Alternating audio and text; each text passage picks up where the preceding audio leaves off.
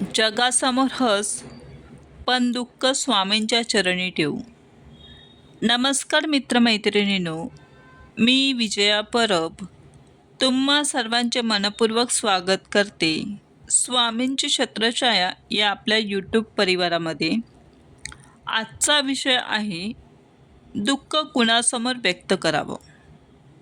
एकदा एक शिष्य आपल्या गुरूंना म्हणाला, गुरुदेव, मनात इतकं दाटून येतं की कुणासमोर तरी रडावंसं वाटतं. दुःख सांगितलं की मन हलकं होतं असं वाटतं. गुरु शांतपणे हसले आणि म्हणाले, रडणं चुकीचं नाही, पण प्रश्न असा आहे की तू कुणासमोर रडतोस.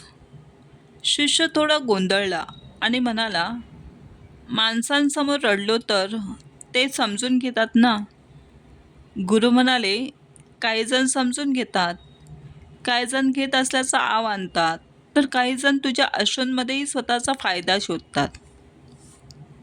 माणूस तुझं दुःख ऐकू शकतो, पण ते पूर्णपणे वाहून नेऊ शकत नाही, कारण प्रत्येकाच्या आयुष्यात स्वतःची ओझी असतात. थोडा विराम घेऊन गुरु पुढे म्हणाले, समजा तुझ्या हातात जळता कोळसा आहे.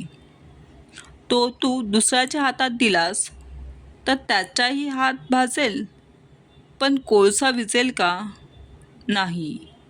तो विझवायचा असेल तर पाण्यात टाकावा लागतो. तसंच आपल्या दुःखाचं आहे. ते खऱ्या अर्थाने शांत करायचं असेल तर ते भगवंताच्या चरणी ठेवावं लागतं. हे ऐकून शिष्याच्या डोळ्यात पाणी आलं. तो म्हणाला, मग गुरुदेव, माणसांपुढे कधीच रडू नये का? गुरु प्रेमाने म्हणाले, रडायचं असेल तर आपल्या परमेश्वरापुढे रड, कारण ते फक्त ऐकत नाही तर बदलही घडवतो. माणूस तुला सांत्वन देईल, पण भगवंत तुला सामर्थ्य देईल. माणूस जखमेवर फुंकर मारेल, पण भगवंत ती जखम भरून काढेल. आणि जगासमोर तिथे हस, कारण तुझं हसणं ही भगवंताची देणगी आहे. तुझ्या हसण्यातूनही इतरांनाही धीर मिळू शकतो.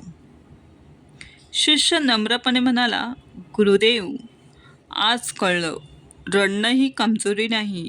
योग्य ठिकाणी रडलं तर तीच भक्ती बनते. जर ही कथा आवडली असेल तर स्वामींची छत्रछाया या चॅनलला सबस्क्राईब, लाईक, कमेंट्स आणि शेअर जरूर करा. तोपर्यंत हसत रहा, आनंदी रहा आणि म्हणत रहा, श्री स्वामी समर्थ.